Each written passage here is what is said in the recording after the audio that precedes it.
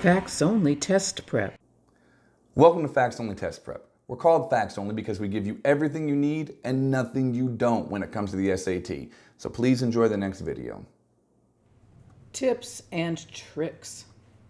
And so we've reached the tips and tricks portion of the curriculum, and I feel a little guilty because my first tip is going to be that there are no tricks. And by that I mean there isn't a secret way to take this test that nobody else knows and that some people, have access to.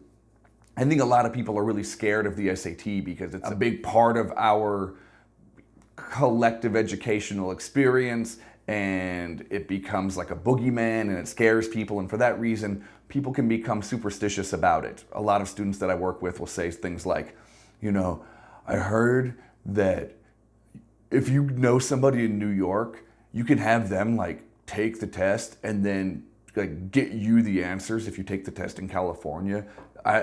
My brother knows a guy who got a perfect score that way. Yeah, okay, no.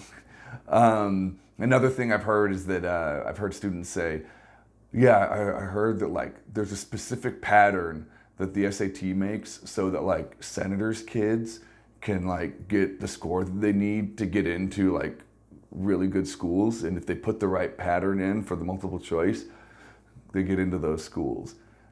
Again, no. Senators just bribe colleges to put their kids in. They're not going to bias the whole SAT with a pattern. It doesn't work that way. Here's how you get the score that you need. Don't be superstitious, okay? The test is out of 800 in 2 different categories for a combined score of 1,600. On the math, each miss will cost you about 10 points. So imagine that you start off with a perfect 800. If you missed 10 questions, you're probably closer to a 700. If you miss 20 questions, you're probably closer to a 600. On and on. If you miss everything, you still get 200. But even that is not exact because the test is on a curve. So if everybody in the country has a great day and you don't have a great day, your test will be a little lower than it would be, or your test score will be a little bit lower than it would be if everybody in the country had a bad day. You've got no control over that. You really only have control over how you react to the test that's in front of you on the given Saturday that you choose to take the test. Good news, you don't even have to show your scores to colleges because you have something called score choice. And you could take the test 1,000 times if you wanted and just send the 2 or 3 scores that you think best represent you to universities. In some cases, you can send your best math score and your best reading score, even if those 2 scores came on different dates. I think that the UC schools, the University of California school system, is the only one that doesn't let you do that. Don't quote me, but I think that that's right, last I checked. So don't take this test personally. You don't get psyched out by it. You'll have moments where you feel like you're a genius. You'll have other moments where you think that your whole world is crashing down and that you don't even know how to read or add or multiply anymore. Look at it as a specific skill that you need to get better at when things aren't going your way. And then practice. And practice with intention. The clock is a part of this. Some sections are 25 minutes long. Some are 55 minutes long, and some are 20 minutes long. You don't have control over how much time you have, but you can become more comfortable with the clock. So if you are practicing a math section, be aware of how long that math section is taking you, and then try to work on your timing.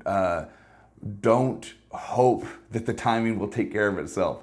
So yeah, get that stopwatch handy, and we'll have pacing videos that we release and show you how to do that. Be aware that every question is worth the same amount of points, or at least within a given section. So I think I said each math question that you miss will cost you 10 points. What that tells me is, even if I'm looking at a really difficult math question and I want to beat that question, I don't need to be a hero. I'm a lot better off making sure that I'm nice on the 3 earlier, easier or mid-level questions than I am tackling the one that has all the root threes and all of the sine and cosines. So take care of the easy stuff first. You don't need to be a hero on the late questions. Lastly, there are no trick questions. Okay, the test writers are not going to lie to you. If they're going to beat you, they have to beat you fairly. So fall back on your strategies, fall back on what you've learned, what you've practiced, the question types that you're aware of, and those will guide you to your best result, not superstition. Good luck, everybody.